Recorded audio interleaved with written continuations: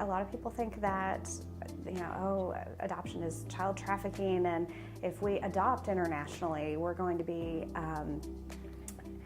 taking these children that, should stay there and that are wanted by the people within the country, and that's really not the reality. If you open up to thinking about countries around the globe, then the variables are great.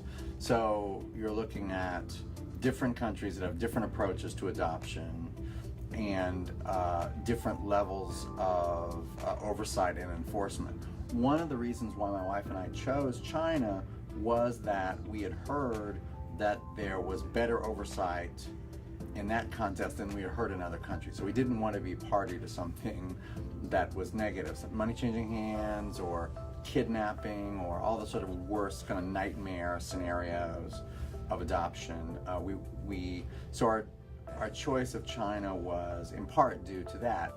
Some people hear all of the horror stories that are out there, and there are so many myths involved with those. One thing Nightlight does to make sure that the international adoption process is done ethically is not only by following the Hague guidelines, but we always have great relationships with the countries that we work with.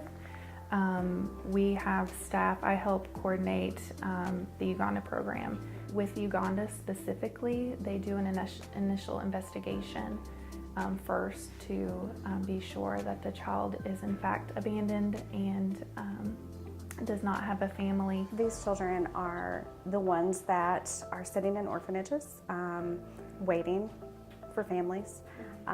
They have been abandoned.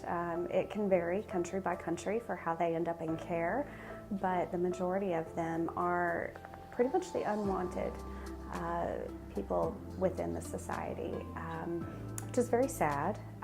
There's no one to advocate for them. After the child's file is prepared for international adoption, there's always a second investigation as well before a family travels to actually bring the child home. For me, it all depended on the organization that you were a part of. So I feel like we heard horror stories with organizations that we would never have wanted to go with. I feel like the organizations that we kind of targeted and pinpointed were organizations that people said, hey, like they really clarified things for us. They helped remove confusion. We knew that that the child's best interests were at heart, that it wasn't just corrupt. We didn't have to, kind of insert additional bribes or do anything different.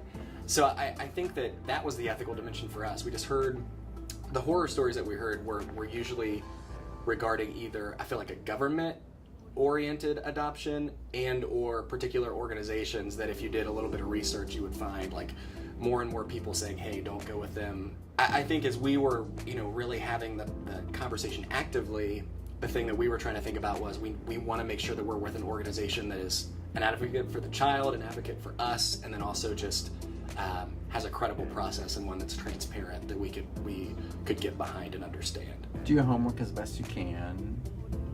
Know that the homework can help prevent you from being involved in things you might not want to be involved in.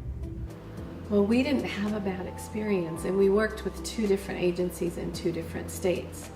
And so I have heard about people having bad experiences. So I think that's really important. I don't know what it would have been like if we had had a bad. I think that could have been a reason for giving up. And that would be a reason to talk to their parents and say, what agency did you use? What was your experience with that agency? I think there have been instances in other countries where it has been determined that that has happened. I think most of that was done prior to the Hague Treaty on International Adoption that went into effect in 2008, April 1st, 2008. Part of the reason that the Hague was implemented was to make sure that that was not happening. They wanted to ensure that children were truly orphaned. Either they had been abandoned, their parents had died, their parents were no longer able to take care of them. That was an issue from the past that I feel the Hague has done a great job of resolving and ensuring that that's not happening anymore.